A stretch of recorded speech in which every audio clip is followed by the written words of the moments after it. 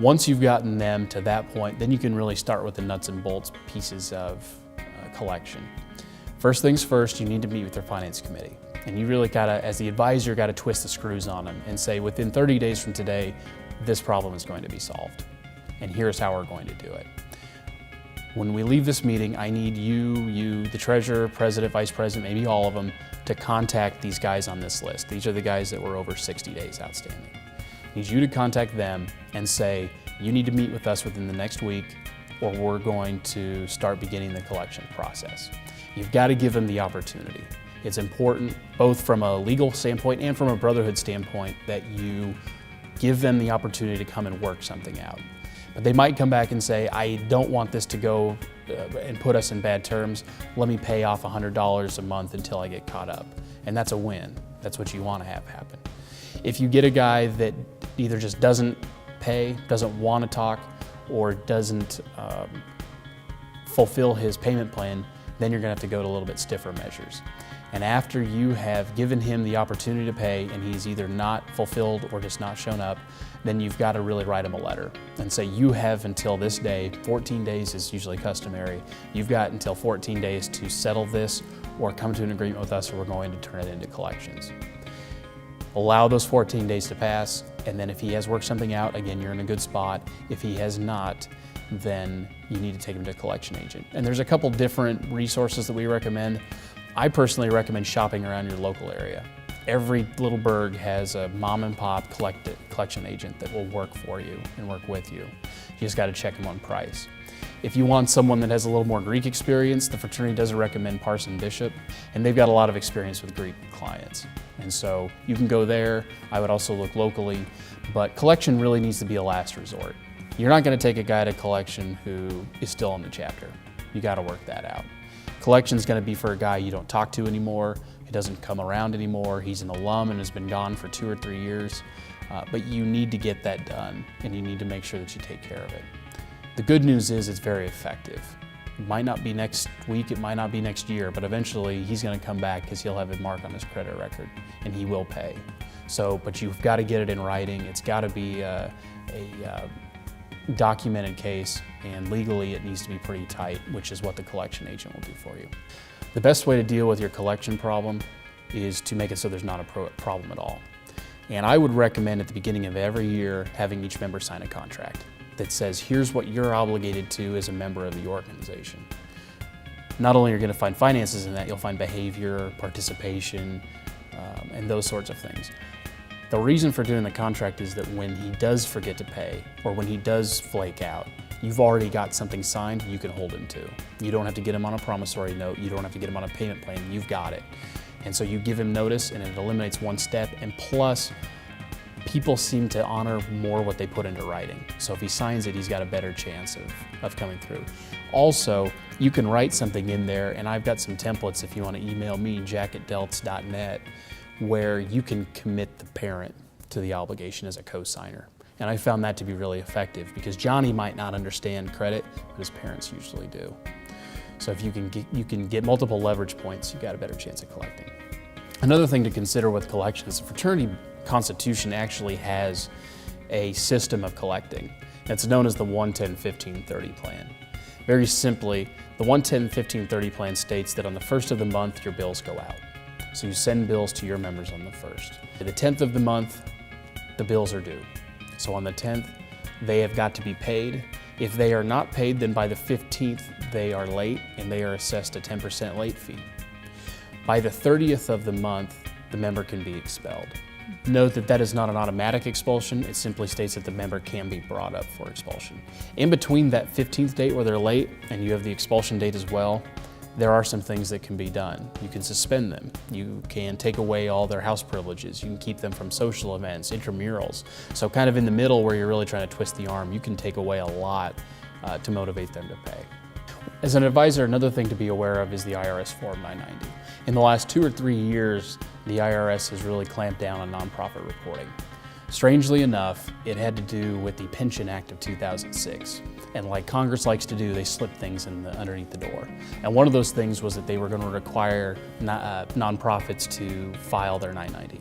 And if they missed filing for 3 years in a row, they would lose their nonprofit status. So it's become really important for nonprofits to file that every year. The first year of this was 2008, and the second year was 2009. This is the third year, the tax year 2010. So we are kind of in a cycle now where your chapter probably is familiar with this and they probably get it, though it's good for you to still be on top of that. For the majority of our chapters, they will need to file November 15th. The IRS requires you to file 4 months and 15 days from the end of your tax year. Most of our groups have a tax year that ends June 30th, so therefore their taxes are due November 15th. On the other hand, if you have a calendar tax year that goes from January 1 to December 30, then your tax year is going to end April 15th. Nonprofits have the choice of filing 3 forms, and depending on the year, those filing thresholds can go up and down. So you really just need to check out the IRS website, irs.gov, to find out which of those 3 forms your chapter needs to fill out. Be on the lookout though for the 990N, the 990EZ, or just the traditional 990. What's really important to remember about this though is that regardless of which of the 3 forms you file, you need to do it. Losing your tax-exempt status can be very costly. Furthermore, we have some groups that have forgotten to file in the past and are now looking at $7,000, $8,000, $9,000, $10,000 tax bills. So make sure that if nothing else, you're filing something to at least let the IRS know that you're still around and still functioning.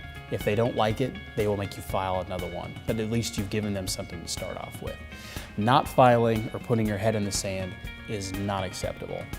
You will do serious damage to your chapter and you will spend way too much time of your life on the phone with the IRS. So just remember that by November 15th, get that form into the mail. There is a cheat sheet of all the fraternity dues and bills and fees that goes out in the spring. If you need that cheat sheet, you can find it on the treasurer's section of the website, or you can just email Alan Selking here at the central office and he can get you a copy of it. But as a high level kind of an overview of your dues, just remember this, that you have annual dues due in the fall. Annual dues are billed once a year per your active member. That amount will go up from year to year. So make sure that you check with the central office or check with that form to see what it is for this year. The important thing to remember, if your chapter starts school before September 1st, so if it starts school in August, your bill will be due October 1st. If your school starts after September 1st, so sometime in September, your annual dues are due November 1st. One thing that your chapter might ask you about is new member dues. These are the dues that are paid by new members right after they join the organization. These are due within 48 hours of the pledging ceremony. So make sure that they collect that before they go through. Otherwise, you're going to be chasing around and there's really no way you can get them in time. Same thing goes for your initiation dues. Initiation dues are due, again, within 48 hours of initiation. And again, you need to charge them before and collect before they go through. So make sure that you get that before they go through the ceremony. That's your leverage point. The amount for both of those, again, can be found on the website, can be found by calling Alan, or in that spring mailer that will come to you via email. There's also liability insurance, and liability insurance is due November 1st of each year. The amount will come out to you in September, and that again is based on a per man fee. You can pay liability insurance in 4 installments. The first is due November 1st, second's due December 1st, third is due February 1st, and the final is due March 1st. If you decide to finance it and pay it in installments, there is a 1% charge on the remaining balance.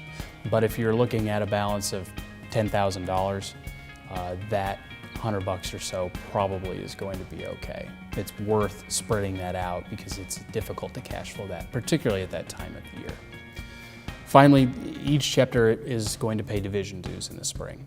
That's the only fee other than the liability payments that you will pay in the spring.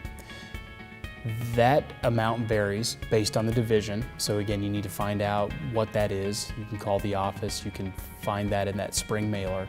And those will typically range between $20 and $30 a man, but again, it ranges through division and changes year to year. So make sure you take a look at that. And each chapter is required to pay division dues on active members and new members as of November 1st. So if you've got a large fall pledge class, then understand that that's going to count toward your spring division dues amount. So remember annual dues, remember insurance, initiation fee, new member fee, and annual dues. So those 5 things that the chapter is on the hook for during the year. Let's talk a little bit about insurance. A question that I get a lot, particularly from advisors who are accomplished, who have a high net worth, or just have a awareness of legal issues, is, am I covered if something happens? And the answer is yes, but there's always a but. You are covered. The fraternity buys a directors and officers insurance for you. That's part of what the chapters pay as part of their liability premium. So you are covered up to $10 million in the event that you are to be sued. Now the but on that I talked about earlier is that you've got to be working within the scope of your position. So there are some certain do not do's if you want to make sure that you're always in line with that. Those do not do's include do not drink with the chapter members. A lot of times you think that can help build rapport, can help build a relationship with the guys, but there are a couple of problems with that. First, if anything negative happens during drinking, afterward, after the guy leaves, that can act like you were responsible for it. And an attorney's going to try to make that claim because that's how he's going to get paid. The other thing is you're a role model. Whether or not you want to be, now that you're the advisor and an advisor, you are a role model. So make sure that you're exhibiting good habits. No one needs an advisor that is out there getting more drunk than the guys. That doesn't do anybody any good. Second thing you do not want to do is haze the actives. You might laugh. You might think that that's funny, and I'm glad if you do. If you don't, then you need to reevaluate your commitment. And we have had experiences where the advisors will come back and help engage in hazing activities. That will void your insurance policy, and you'll be on your own. So as a good rule of thumb, do not engage in hazing at the chapter. Finally, do not, under any circumstances, anywhere, ever, at any point in time, drink with underage members. Not only is it against the law in all 50 states, but it is also the single most effective way to void out your insurance policy. Something happens, someone gets in an accident, they're going to come back to you as the adult, quote unquote, and say you enabled this behavior. You are the reason that my boy got in a car, drove off, and is now a paraplegic. So if you can avoid those three things, engaging in hazing activities, drinking with the chapter members, and drinking with or providing underage members alcohol, I can nearly guarantee you that your insurance will be in force. The insurance is here to protect you, so make sure that you're helping to protect the organization as well. Essentially, we have a vendor that manages all of our marks. So the DTD, the DELTS, the coat of arms, the badge. And it's important that our local groups work with vendors that have paid the licensing fee. Because a lot of times what they'll do is they'll go out to the mom and pop store. And the mom and pop store will be able to undercut the license bidder because they have to pay the royalties, whereas mom and pop doesn't. The other thing that we have problems with the licensing is that if you go to an unlicensed vendor, the quality control isn't there. If they're licensed and they think it's questionable, they send it to us. We say, is this acceptable? Yes or no. Do you want your mark associated with this? Whereas the mom and pop, that's where you get the ridiculous t-shirts. One thing that you might not be aware of with fraternities is that we protect our marks, and we really protect them aggressively. We're no different than a McDonald's, we're no different than an IU, no different than any other company that has marks that it wants to protect. And so we license them, and we have a vendor that takes care of all of our licensing. So while that DELTS in your mouth, not in your hand shirt might seem like a great idea, we really don't want that to be associated with Delta Tau Delta or DELTS. So when it comes to time to buy things like t-shirts or like glassware or fraternity apparel, really check to make sure that you're using a licensed vendor. If they are a licensed vendor, they will have to have a seal. They have to have the approved licensing seal affixed to a price tag or on the merchandise itself. Look for that. If they don't have it, then tell them or ask them to get licensed. It's a simple process. But until they do, you need to go with licensed vendors because the marks will be appropriate, they will be the right color, they'll be the right dimensions, they'll be higher in quality, and the fraternity gets a percentage of that back in royalties, so you're helping out your fraternity as well. Going to the local mom and pop shop might be cheaper, but you're getting a lower quality product that doesn't look as good and doesn't help the fraternity out. So when your men are looking to get apparel or get merchandising, encourage them to look for that sticker and help out the organization.